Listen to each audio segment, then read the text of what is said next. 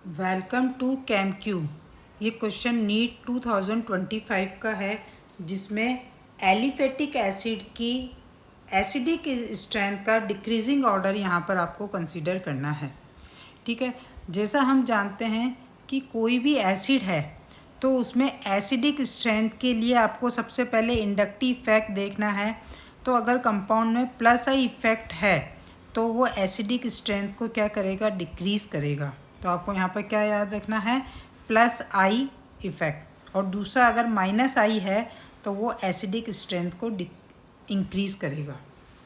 वो कैसे, कि जैसा हम जानते हैं कि कार्बोक्सिलिक एसिड जब डिवाइड होता है तो वो किस में कन्वर्ट हो जाता है, कार्बोक्सिलेट एनायन और हाइड्रोजन आयन में। अब यहाँ पर सपोज़ कोई ऐसा ग्रुप है जो कि प्लस आई इफेक्ट कर रहा है। ठीक है, सपोज़ ये एक्स कोई ग्रुप है, या इसको हम जी लिख देते हैं। तो प्लस आई से जो ये कॉन्जुगेटेड बेस बना है उसकी स्टेबिलिटी को डिक्रीज़ करता है।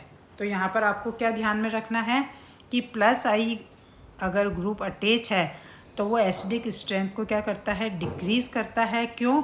क्योंकि जो कार्बोक्सिलेट एनायन बना है उस पर वो प्लस आई इफेक्ट से इलेक्ट्रॉन डेंसिटी को इंक्रीज़ करके उस एनायन को डीस्टेबलाइज करता है।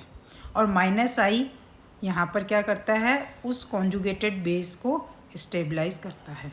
अब यहाँ पर आपके पास क्या क्या ऑप्शन है, एक है फॉर्मिक एसिड, दूसरा है एसिटिक एसिड,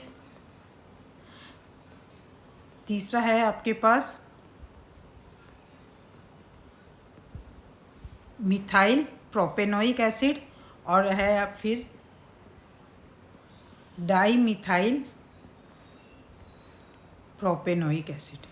ठीक है, अब यहाँ पर आप सिंपल है कि किस तरह से एसिडिक स्ट्रेंथ का ऑर्डर रहेगा। प्लस आई इफेक्ट जैसे जैसे बढ़ेगा एसिडिक स्ट्रेंथ कम होगी।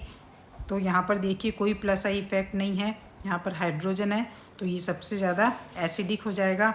यहाँ पर एक CH3 ग्रुप का प्लस आई इफेक्ट है तो वो क्या हो जाएगा, यहाँ पर